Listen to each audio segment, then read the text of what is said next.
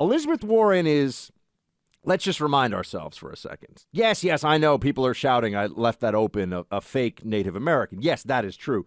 But she is also... Pow wow chow. Did Trump call her Pocahontas or Pocahontas? Yeah. I can't. It was one or the other. Maybe both. I think he may have gone with both. Yeah. But both are excellent. I think of all the nicknames Trump has ever given, Pocahontas was the greatest nickname ever. Because I can't look at her without thinking about Pocahontas. Look, it was good, but low energy Jeb for some reason really seemed to hit at the time. But okay, hold on. She is, Clay, as we know, not just a lawyer. Something you certainly know about as a lawyer, and not even just a law professor.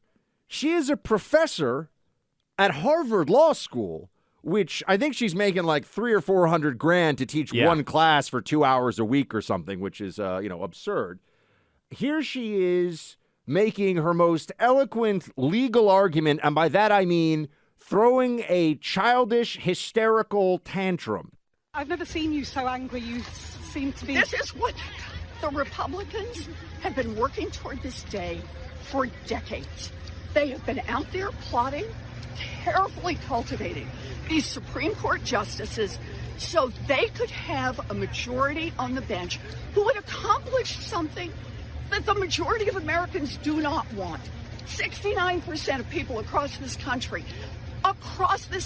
red states and blue states, old people and young people, want Roe versus Wade to maintain as the law of the land. We need to do that. And we have a right. Extremists, we've heard enough from the extremists. I mean, she's in like a breakdown stage. Yeah, and I don't understand the party that argues that democracy is under siege all the time. Wouldn't they welcome this becoming a Democratic issue? If Elizabeth Warren is right, and 69% of all Americans believe Roe v. Wade should be the law, then here's what would happen.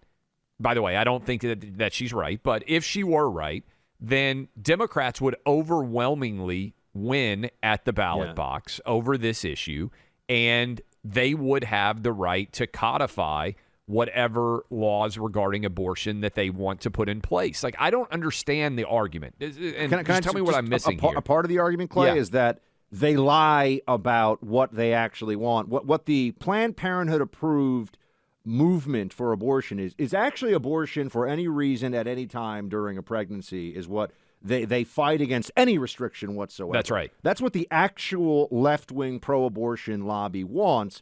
And then they play this game of, but people want a right to abortion. Okay, well, what does that mean? Because the actual polling from whatever you think of polling companies shows at, the first trimester, it might be a slight majority based on the polling, depends on the poll you look at. Second trimester, absolutely not a majority. Third trimester, basically the whole country wants abortion banned.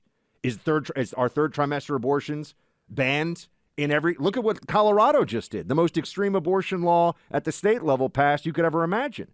So they don't want to have to actually defend what the movement pushes for. That's a part of this. Well, and look, I mean, the reality is the 50 state laboratories are going to create a wide variety of different laws that pertain to abortion. There are going to be some states, you just mentioned Colorado, I think California will certainly be one of them, where they'll take it all the way up to places where it makes people really uncomfortable, right? Because if you study it, as I did while I was in law school, the viability has always been a big part of the abortion analysis, right? When is a child viable outside of the womb? And the number of Americans that believe that abortion should happen post-viability, which is what some people at Planned Parenthood will regularly argue, is pretty tiny, right? Can I just say, Colorado just passed a law just now that abortion is legal at every stage of a pregnancy up until the moment of birth. So when Elizabeth Warren is shrieking, oh my gosh, what are we going to do? The country's falling apart. She's lying to you when she says that 70% or whatever it is, 69% or 68% of the country wants this. That Colorado's law, they couldn't get a majority of the country with decades of propaganda to support that. So this is why they're going to have a problem.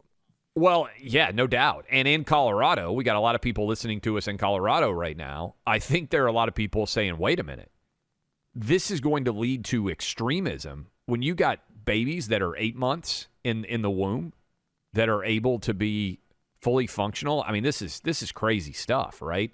And these are the debates that you have to have now in the political process, which is going to be messy, but I think necessary.